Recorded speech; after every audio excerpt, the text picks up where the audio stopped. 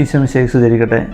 ബലിപീഠത്തിൽ അർപ്പിക്കപ്പെടുന്ന ഈശോയുടെ തിരുശരീരവും തിരുരക്തവും നമ്മുടെ വിശ്വാസത്തിൽ എത്രയോ പ്രാധാന്യം നിറഞ്ഞ ഒരു വസ്തുതയാണ്. അതിനുവേണ്ടി ഈശോ അനുഭവിച്ച കഷ്ടതകളും ദൈവം ഒരുക്കിയ പദ്ധതികളും എത്രയോ വലുതാണ്.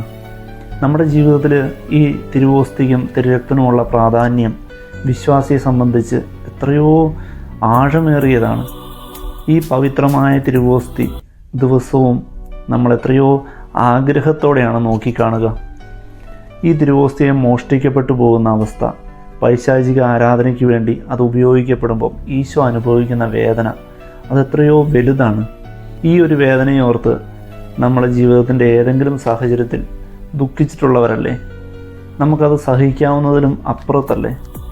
ആ തിരുവോസ്തിയിൽ സന്നിഹിതനായിരിക്കുന്ന ഈശോ എന്നിലേക്കും നിങ്ങളിലേക്കും എഴുന്നള്ളി വരുന്ന ഓരോ ദിവസവും ആ ഈശോയുമായിട്ടാണ് നമ്മൾ യാത്ര ചെയ്യുക.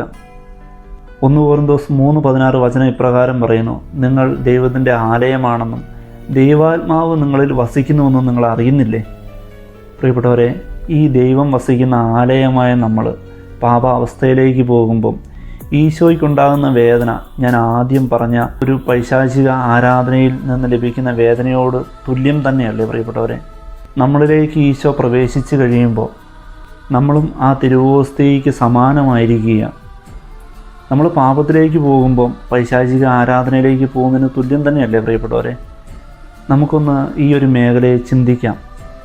ഈശോയ്ക്ക് ഇഷ്ടമുള്ള പ്രവൃത്തികൾ മാത്രം ചെയ്തുകൊണ്ട് ഒരു ദിവസമെങ്കിലും നമുക്ക് ജീവിക്കാൻ പറ്റുമോ എന്ന് നമുക്ക് പരിശ്രമിക്കാം. Praise the lord. ഹല്ലേലൂയ.